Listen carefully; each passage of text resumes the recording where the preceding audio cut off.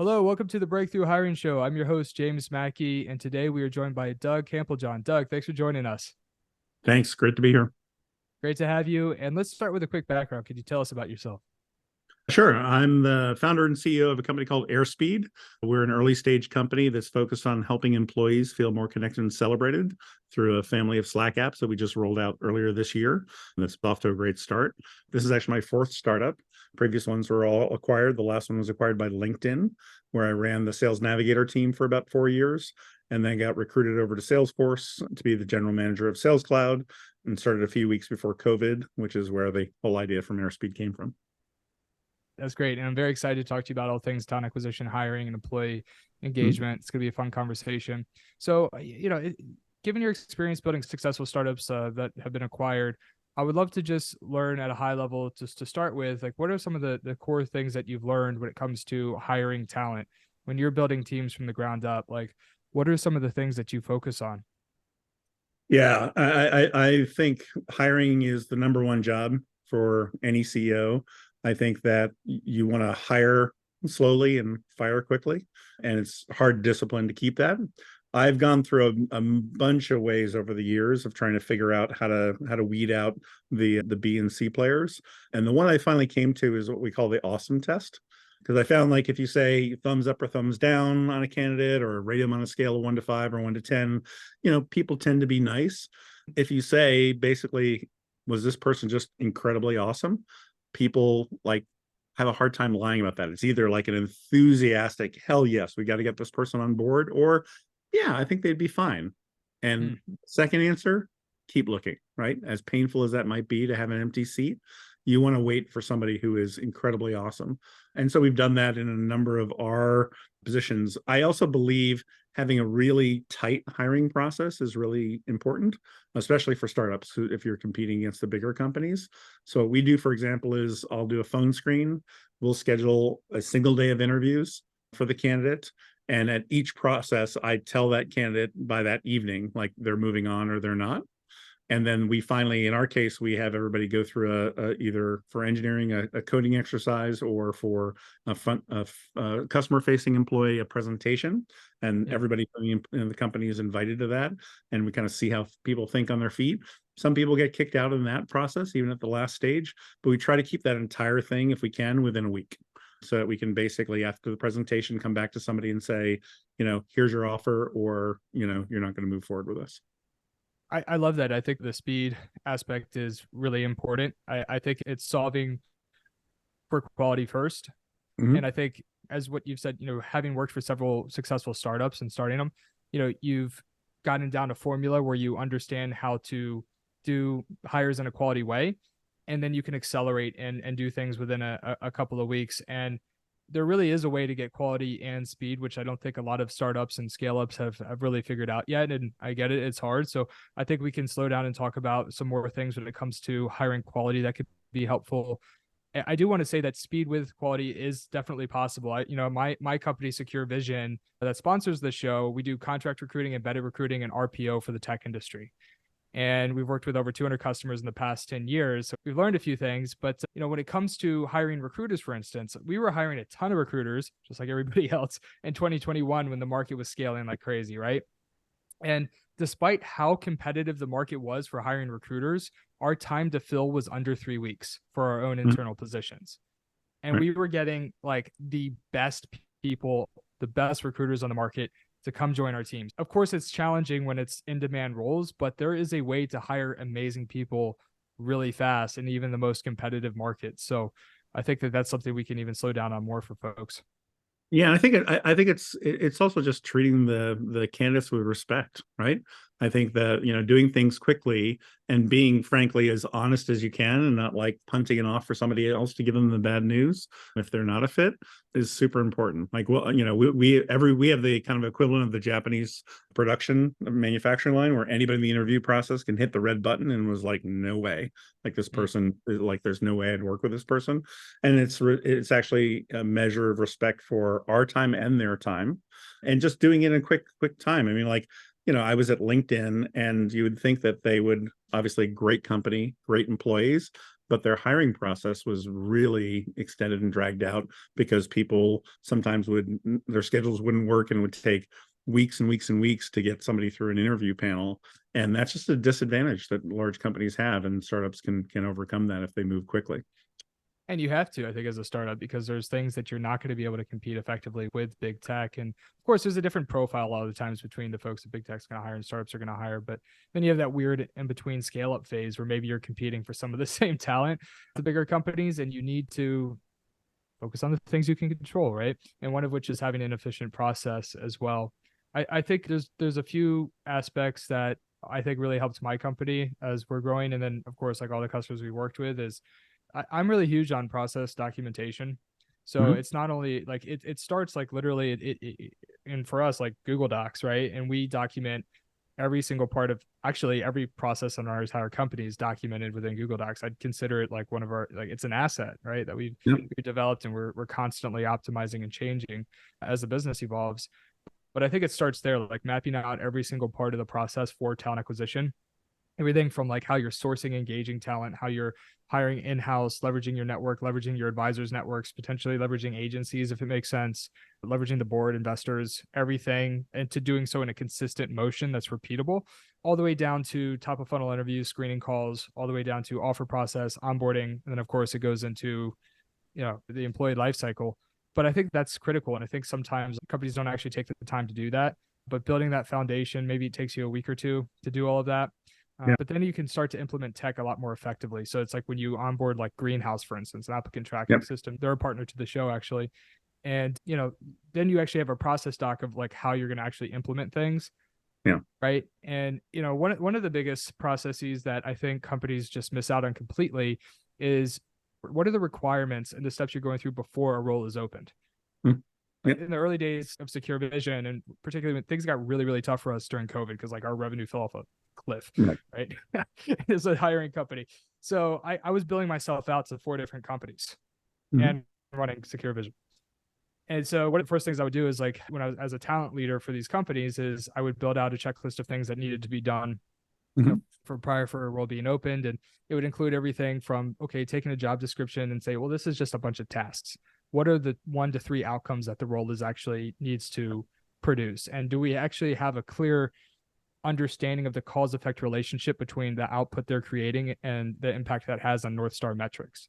So I would do a lot of work on how well are we cascading down from North Star into the role of the individual contributor, and how clear are we on the impact that they're going to create. We would do a lot of work with hiring managers on, are you prioritizing properly? Are the projects that you're focusing on for your department really aligned with moving the company forward? Are there any projects that we can push to the side? Do you really need 5 people? Could you do it with 2? Right. We'd look at, okay, you need to hire 20 people this year. Do you actually have enough time to interview? And so there was like a lot of stuff we were doing behind the scenes to make sure that when a role was opened, we were actually able to execute on that effectively. And so like one of the things I would just say is spend a lot more time up front getting clear on what you need, the role, making sure there's alignment across the leadership before actually, because then it gets a lot easier to recruit when you know exactly what you're looking for and everybody's aligned. Yeah, and I think most job descriptions are way too long, right? You know, most job descriptions, like the real key thing is, you know, figuring out what's a must-have versus a nice-to-have, and keeping it really crisp. You know, we have, you know, our 3 values are passion, learning, and results. And so if somebody comes in and they're just looking for a job and they're not deeply passionate about the space we're working in, it's immediate disqualification. If somebody is not like kind of like has this growth mindset, like, you know, and like doesn't know what they want to learn next, where they want to grow, it's immediate disqualification. If they just talk about like, I basically participated in a lot of things, but, you know, didn't really own the results, it's not somebody we want to talk to. So I think, you know, in some ways it's like, you know, dating criteria. You can have a long list of your perfect match, right? But the reality is like there's a few core things that really matter and everything else is flexible. Yeah, you really just got to be able to dial in on a couple of things. I agree with that. Honestly, if a role is taking on so like too many things, maybe we need to reconsider the role itself. I mean, I think as an early stage startup, that can be a little tricky, right? Because things are changing so rapidly. Sometimes you do need like that strong generalist that's adaptable and could just do a bunch of different things. And I've worked with particularly one person who's now our VP of operation, has literally done, I think, every job in the company in the early days while we were getting off the ground. And occasionally she still does fill in certain places for us. But generally speaking, you really want to make the role as clear cut, simple as possible and limit the amount of responsibilities. Yeah. So I'm a big believer in trusting your gut. The most extreme example of speed hiring I can give you is in my last startup. We were trying to fill out a sales team pretty quickly, and we were working with a recruiting firm, and it was just taking too long. And I said, "Here's a deal." This wasn't actually my idea; it was my head of product management. But we had a sales consultant who was working with us, and we said, "We're going to block Doug's day off. I was the CEO." And we want you to give us your best 10, 12 candidates. And we're just going to do these back-to-back half-an-hour interviews. And it would be these two guys would be in the room interviewing the candidates. And they basically say up front, here's how we're going to run the interview. We're going to ask you some questions for 15 minutes. And then we're going to talk as if you're not in the room anymore. We're going to turn to each other and talk about what we thought about you in front of you. And I first heard of this, I was like, oh shit, like we were going to get sued for this. This sounds crazy. But the reality was we hired the person who became our head of sales, and he's still, a close friend, incredibly successful VP of sales at companies like G2. We hired our first sales rep like in a day. Like it was literally, we knew. And the deal would be if they had a candidate that they liked, they would bring me in. But the fun hack was for every salesperson, they basically told them no. And like 3/4 of the salespeople like accepted that. And the ones we hired were ones who were like, let me tell you why you're wrong, like why you're making a mistake by not hiring me, because they're salespeople, right? So it was just an incredibly effective process and kind of an extreme version of speed because we wanted to start, growing a sales team quickly. But I think there's also things where too much process can get in the way. So you have to have a balance between those things. We have to know what process is effective. Yeah. Like what are the actual like levers you can use to get great results? Like, yeah, I mean, like, we still have some customers today that don't use assessments properly. In most cases, I'm actually not a huge fan of assessments personally. Some of them can be all right, but I think particularly for startups, if they put it like too close to the top of the funnel, the interview process, then a lot of great people are going to drop out. And sometimes they end up passing on people that, given our experience having worked with a lot of companies in tech, we're like, that's the wrong decision. This person could have been great for you. So I think they're not always used properly. So there's examples of process where companies kind of screw up, and it's like they're trying to have a quality control in place. Yep. Another might be like having too many leaders, maybe not so much for like a startup, but like a scale up, a later stage, having way too many people involved in the interview process, or there's interviews that have redundancies in it where two different leaders are asking different perspectives, like on the same kind of questions, like, or like an interview where you have three leaders that have to show up like mid funnel, but then it's hard to coordinate schedules. Well, it's like maybe for a final round, fine, but there's a lot of examples of that. Yeah, and I think you make a great point, which is also like breaking up the interviews. So one of the things we do is we make sure, in addition to this tight process that we have at Airspeed, is we make sure that, you're going to go focus on culture, you're going to go focus on results, you're going to go focus on past experience, like whatever, like however we decide to break it up so that people are not overlapping in their questions as well. I think that's key. Yeah, we had Dan Shade on, who's the founder and CEO of Greenhouse, and again, Greenhouse, a partner of the show, and we talked about, I was like, hey, so when you started your company, this was a decade ago, I think at this point, like what was like the initial product roadmap? Like what was the first thing that you did that you were like, this is going to be a game changer for companies? And, it's pretty straightforward stuff. It was a scorecard, right? Like just a basic handful of things that would be the difference between somebody who could do their own, couldn't, and custom questions, like just being clear on what's discussed. Like the scorecard was a big part of that, because that leads to the custom questions, like what's the focus, and then you can ask questions behind that, putting together essentially a structured hiring process. Structure. He wrote a book called Talent Makers. It's basically how to go from chaotic to strategic hiring. And there's like 4 steps, right? And most of us, like a lot of tech companies, are kind of chaotic. and so it was really just like, just the first thing is, if you don't have a process, just build a process, right? The second thing is be clear on what's happening at each step and don't repeat it. It's like basic stuff like that will take you from, it'll just take a lot of risk out of it. It doesn't mean you're going to hire A players at a high rate yet, but it'll make you a lot better and a lot more consistent. I mean, it doesn't, Yeah. it's not like you can do a little and stand out from a lot of companies. Yeah. We're a greenhouse customer as well. It's a great platform. Yeah. Yeah. That's cool. We're bringing on Steve, who's the CEO of Gem. I don't know if you've heard of Gem, but they do like more top of funnel sourcing campaigns outbound. Have you heard of them? I have. Yep. Okay, cool. So yeah, Steve's actually coming on the show too, and it looks like, fingers crossed, I'm working. They're interested in a partnership as well. So hopefully Steve will be coming on a quarterly episode too. But yeah, I mean, between Dan and Steve, like when it comes to structured hiring process, like these two guys, like they know what they're talking about. So it's gonna be a lot of fun talking with them too. That's great. Well, yeah, look, I want to move on to our next topics. We wanted to talk about culture in hybrid and remote environments. Yep.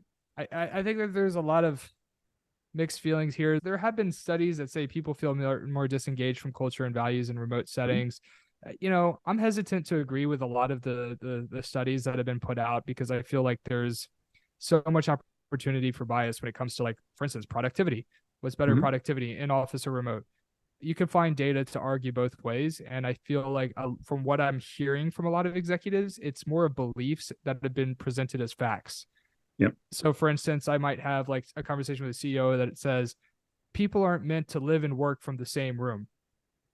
Like, okay, and that's fine as a belief, but we can't present that as a fact. And I don't think we really have, double blind studies, tests from psychologists to really determine this. And I don't know if we really have the data from corporations in order to know this either. So I'm kind of curious, like, just based on, I think the best we have is experience, like folks that have been through it, built and started and scaled startups, in your case, several times. So, you know, when it comes to incorporating a great culture in today's world with remote and hybrid, what has your experience taught you? What have you seen out there? Yeah, and it's important. Listen, I think what COVID did was it was the first and hopefully only worldwide experiment in remote work, right? And I think that what it did for most of us was made us aware of issues that had existed before, whether you were in the office 5 days a week or 0 days a week or anywhere in between. And I often said, you know, we always had either a remote sales team or a remote development team or different offices, or frankly, if I moved from, you know, LinkedIn floor 5 to floor 4, I might as well be a remote employee because I was not bumping into all my colleagues in the same way. So all this stuff has already existed. I think that one of the things that was interesting to me when my last company, FlipTop, was acquired by LinkedIn was watching what a good job the executive team did there in cascading communications. So to go from a 30-person startup to a 10,000 plus person organization, like there was so much more care and feeding to, here's our goals for the quarter, here's our mission, here's our values, and how do you repeat this from the executive team down to the leaders to the entire company and do it on a regular cadence. And that was the way that you got alignment. You're like, okay, we all understand what we're working on. We all understand what the big vision is.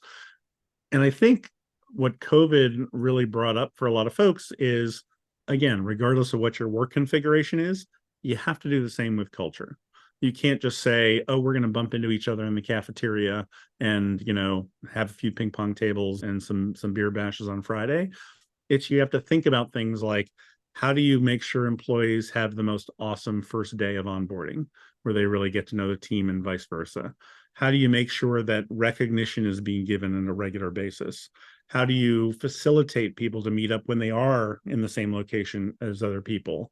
How do you make sure that, you know, people who, you know, we typically in larger companies have a small set of people we're meeting with regularly, but a much larger set of people who are in our project and our team that we're not.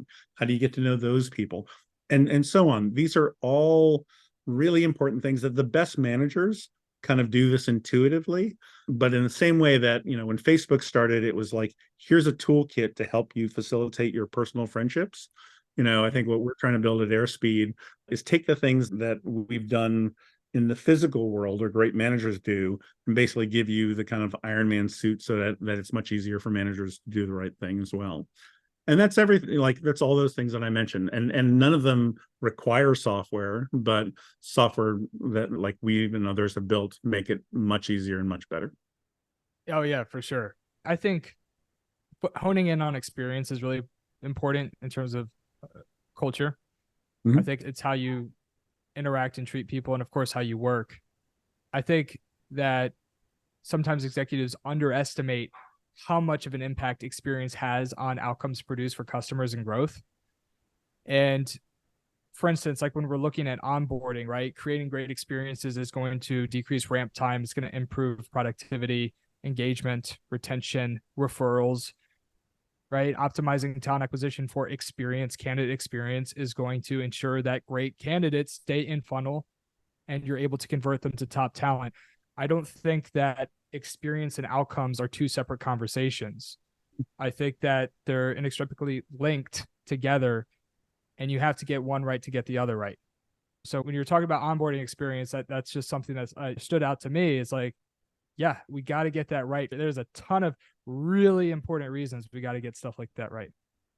Yeah, and I think, in the same way, the way I think about the interview process is everybody who interviews with us should leave wanting to work at Airspeed, whether we offer them something or not, and I feel love like that. that's a great process. I think everybody who finishes their first day at Airspeed should be more excited about the company even than when they came in, right? That means you've done a good job. And at the end of the first week, they feel like I'm really prepared to do my job. And obviously it will continue, but like you should feel like you've got all the tools and all the mentors and all the things that you have, and that doesn't happen by accident. As you said, that requires a very deliberate process, a lot of care and feeding to go make that happen. So for example, like at my last company, we used to, a new employee would start, we'd take everybody out who was in the office out to lunch, and we'd ask a standard set of questions like first concert, most embarrassing moment, what do you do for fun, stuff like that. And it was great. It was a great bonding moment. The problem was, if you joined after that person, you never heard their answers. That person never heard the answers of everybody else that was already in the company. And if you missed that lunch, you missed it all, right? So like, at Airspeed, we developed an app called Intros, which is like, hey, here's a standard set of questions. It all happens in Slack. You get set that set of questions, you answer it. Everybody gets to see your answer, comment, react on it. And you get to say, oh, by the way, here's the team you're working with. And you can see how everybody else answered that question. So again, just a kind I of like great that. way to get to know somebody up front. You can do it in the physical world. Software makes it better. So I think there's a lot of these things that, again, even if you're 5 days a week in the office, you have to be more deliberate about culture. And I think that's what COVID and the whole hybrid work experiment taught us. Yeah. I mean, I think honestly, working remote has given a lot of executives to really be thoughtful about process and everything from measuring performance to thinking about culture, doing so in such a way that can be like measured and consistent and where we don't really overlook things or miss things, right? I think that if you're in office and you haven't really slowed down to focus on process or implement into technology, there's so many room for inconsistency in process and people having different experiences when it comes to onboarding or hiring or anything else. Mm-hmm. So that's a really good point. It's like this over the past couple of years, we've been more so forced to think about consistency and building things out into technology the right way.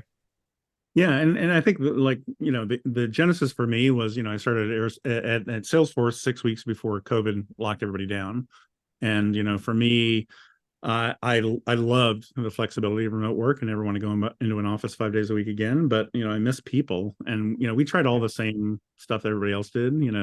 Zoom happy hours and lots of different fun Slack channels and stuff like that. And all of this stuff is just, this information is just scattered all over the place in systems where you're not, somebody introduces himself in Slack typically and it just washes downstream and no one's ever going to find that again. So the goal that we had is like, how do we kind of create an operating system for culture around this stuff? And I think that, as it's almost like a co-pilot for managers. So how do you think about what is the best way to hire, retain, and in some cases, know when you have to let somebody go? Can we talk a little bit more about that side of it, right? Like, Yeah. I think that the offboarding process, particularly if there's a performance concern, right, where it's not voluntary, right? It's a really important process to get right, of course, for the individual impacted, right? But at least as equally important for the team that remains. Mhm. And that is, again, linked to hiring because Mhm. it's going to go into Glassdoor reviews. It's going to impact the amount of referrals, right? So it's tied together. So tell me, can we share a little bit more about your process? I mean, we talked about a little bit the philosophy of hire slowly, fire quickly. Mhm. But of course, you have to be very organized. Companies have to really understand the outcomes, the milestones that need to be achieved in a role in order to move fast with something like that. We can start high level. Just curious to get your thoughts on this and how you I think think about there's a couple of things. One is, when I think about retention, right? it. Mm-hmm. The best test I've come up with is what I call the fun test. And I'll just randomly ask people, usually when we're on a one-on-one Zoom call or preferably even in person and offsite, hey, are you having fun? And I found that people are terrible at lying about that, right? So if their voice goes up an octave or they're, kind of, take too long to respond, I know there's an issue. I need to kind of double click and dig into that. And then it's kind of interesting in that for everyone we hire, we put a meeting on the calendar 90 days out, and it's kind of a check-in. And what I found is you kind of know whether it's working on both sides within 90 days, right?